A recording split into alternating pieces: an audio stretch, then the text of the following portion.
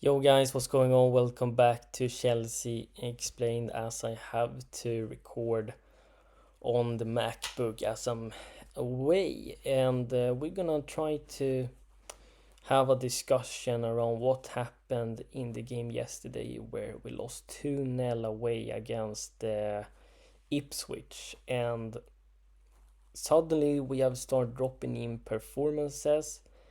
We have gone on a winless streak now for 3 games, dropping points against Everton, Fulham, and now Ipswich. And it's so ironic that Ipswich had not won at their home ground for this whole season. And of course, we were gonna be that team they win against us. I mean, it's just so typical Chelsea. And they winning 2-0 from a controversial penalty. I don't think that was a penalty. The lap searched for it, and as soon as he felt a slight touch, he fell to the ground. And then the second goal came from a misplaced pass by discussin, and then when he tracked back, he could not block the shot. So Ipswich had the lap scoring from a penalty, and Omari Hutchinson capitalizing from a mistake we made. And it's so typical that a former Chelsea player is gonna score against us. I mean, we're always selling the wrong guys and keeping the wrong players. So I'm gonna have my notes here, and the first thing I have to discuss about is that why the performances has dropped out of the blue. And I can't really seem to find the answer. I have so many questions. I'm just gonna start somewhere, and the first question I have is, of course, what is going wrong? Is it complacency? Is it mentality? Is it that Maresca is overthinking, or that some of these players simply isn't good enough? We have also have things happening behind the scenes before the Everton game, in terms of that Mudryk is suspended for the time being because of some doping tests. We have Madueke and Veiga not being part of the matchday squad against Fulham because of they arrived late to an important meeting. We have players like João Felix and others not getting a sniff from the bench when we desperately need to change the game with some substitutions. Because I feel like Maresca has done an incredible job so far, and he must know what type of job he's gone into. I feel like when it has gone wrong in certain games, I feel like Maresca is finding a solution on how he's going to fix that in the next games. But now in our recent 3 games, he hasn't really found any solutions. And I'm wondering if he's trying to like send a message to the owners and the sporting directors that some of these guys is simply not good enough. Because if you have found solutions in other games, brought in substitutions, why is he suddenly not doing it now? Just before the January transfer window opens. It's just something I assume and speculate. I don't have any real facts for it, but I just think it seems very odd of him to not bring in certain players and rotate the squad in December when the schedule is so extremely tight and the players can get tired and fatigued very easily because of the heavy match load.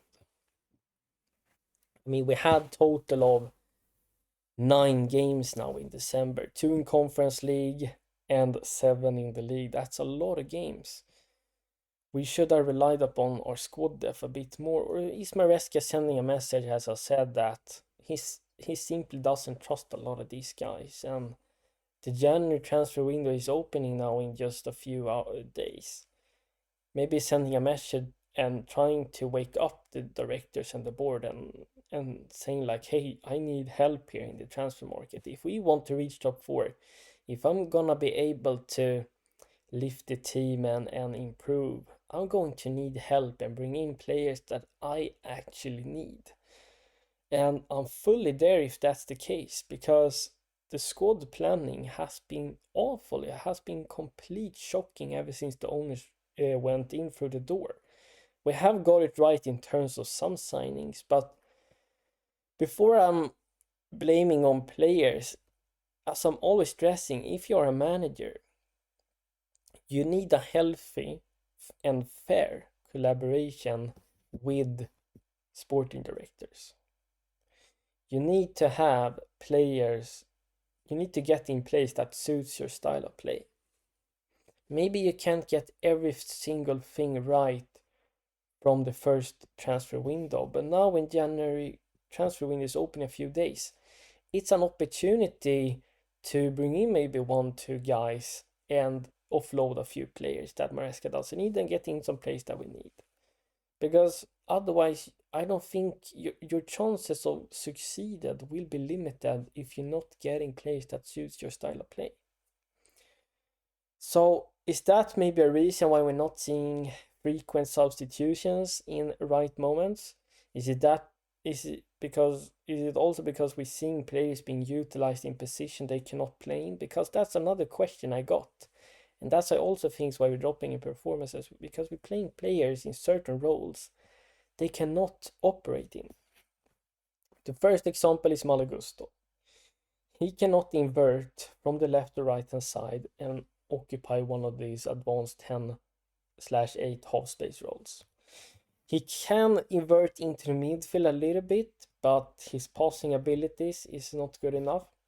And he can't really be that makeshift back three and play it as a wide centre back good enough. The next thing is we continue to putting discussin as a right back that's then makeshift into back three, where we're seeing that he really struggles defending in wide areas with his pace and agility and athleticism. And that is how one of the goals we conceded against Ipswich, because discussin is misplacing a pass, and it's also discussin's fault for misplacing that pass, but it's Maresca that's putting him in a position and a role that doesn't suit him whatsoever, and we have seen it in so many games. So why is Maresca persisting with playing players in roles and position they cannot play in? Another example is Nkunku. Maresca said in so many press conferences and post-match interview that Nkunku is not the number 9 and he feel for him. But why is he continue to playing him there? We're seeing the drop of performances from Nkunku, and I'm not blaming it on him. I think he's doing the best he can by playing as a striker, but he's a number 10. So why not bring in Mark Yu and give him minutes when he is a striker? Sure, he's young and experienced, but I want to have players playing in the correct positions. Sometimes I think you're allowed to experiment, but now we have clearly seen that this does not work, and Maresca continues to play players in roles they cannot play in. So I don't really understand that. Is it that he's trying to force something? Is he afraid of utilizing some of the younger guys? Or is he trying to send a message to the board? I have no idea. You can't make every player happy. If Nkunku has to sit on the bench and not being utilized, the same as with discussin, then so be it. And so with other guys you don't believe in, that's not your problem. That's the board's problem that has brought in these guys and built this squad. What I would do is give Mark Yu a chance. I will also give Achimpong a chance as a wide right centre back, because I think that is a position and a role that's gonna suit him. He can both invert into the midfield, he can makeshift a back three, and he can also join as a full back if we need a goal in the last minutes and we need more players going forward. But is he afraid of using these young guys? Perhaps. I don't know, only Maresca can answer on these questions. But this is things I'm wondering about, and I can't really put the pieces together. Now, we can blame on players as much as we want, and I understand it. There are some players that are not performing and dropping in levels, making mistakes. But if you, at the same time, if you are a manager that puts players in position they cannot play in, of course they're gonna look worse. Of course they're gonna have a higher chance of making mistakes. So as much as I want to attack Nkunku and Discussin, I'm trying to look it objectively and try to ask the questions why they're dropping in performances. I think Discussin would play much better if he's utilized as a normal centre back. I think Nkunku would play better if he's utilized as a shadow striker or a number 10, and etc. If Gusto is utilized as an attacking fullback that is both providing with underlapping and overlapping runs and not is staying back in his position and makes it back free, I think we're gonna see a better performance. And that also goes to show you the poor recruitment strategy. I mean, Discussin is a player that has been inconsistent. We have to be honest here, he has been inconsistent even if he's playing as a centre back. So it goes to show you that this recruitment has not been good enough. We had Chalobah, so why offload him? Why even bring in Discussin from the beginning when you had Chalobah? It all comes down to that the real answer and the honest truth is that the owners is putting their interest first ahead of the manager and what is best for him. And they're putting money, earning money before winning trophies. It's so evident. If our owners want Chelsea to be as serious as they can, we have to bring in signings that Maresca wants in January. Because otherwise, as long as we're not backing the manager and there is a fair collaboration, we're not gonna win any titles. This is not how you run a football club if you want it to be as successful as it can be. You're gonna have to earn money as well as owners, I understand it, but you need to be fair to to the coach and give him players he needs.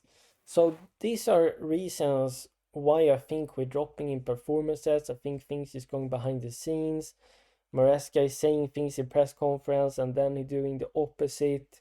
He's also vocal about in press conference around players not behaving good enough. We have an immature squad and it seems we got serious issues both on and off the pitch and in the dressing room, and I think players is starting to be unhappy and yeah, I don't know how Maresca is gonna find solutions, but he has to somehow. He's gonna have to trust in the players he wants to play and just simply not play the guys he don't want to play. He has to be ruthless, and that will also clearly send a message to the sporting directors and owners that this is not good enough. If we're just talking about the game and ending it with a little review, Ipswich smell blood because we were out of form and they have seen what Fulham and Everton has done that worked against us. They were pressing high, being aggressive, and then when they took the lead, they were sitting back, protecting the center of the pitch, doubling up on our isolated wingers, and we could barely create any clear-cut chances. We had a few ones in the first half, but in the second half, they pretty much shut it completely down, and I think we're very predictable in attack, and Maresca really needs to define how we want to create chances. We continuously putting in so many crosses, but we don't have any players that can take advantage of them. So I feel we're wasting a lot of attacks, and that goes straight criticism to Maresca. You need to define how we want to attack, and it needs to suit the players. I would rather see more runs in behind the back line. I would like to see cutback passes, low-driven crosses, and have a few digs outside the box. That's what I would like to see. Better movement as well. We need to make the opponent's low block move and get drawn out of position so pockets will open that we can capitalize on. Not putting in hundreds of crosses and just hope. And we also struggle to defending quick transitions in wide areas, as I'm continuously stressing. That is something that Maresca haven't solved yet, and I don't think he's gonna do it soon. But we need it. We need it to be solved if we want to reach top 4. So if we're looking from a general perspective, overall, the first half of the season is good. We're sitting in top 4, but we have dropped in performances. Now when the second season starts, when the January transfer windows opens, Maresca needs help, and Maresca needs to find solutions on how we're gonna defend transition and how we can be more unpredictable and define are attacking patterns in the final third. And believing in the project and in Maresca, man, I hate saying project. I take that back. So yeah, guys, this is my explanations, the reasons why I have so many questions. What can go possibly wrong in the current moment? Let me know what you think in the comments down below. And if you're brand new here, make sure you like this video, subscribe to my page, hit that notification bell so you never miss when content drop. And I wish you all a happy new year, and I see you for 2025. And CFCexplained is out. Bye.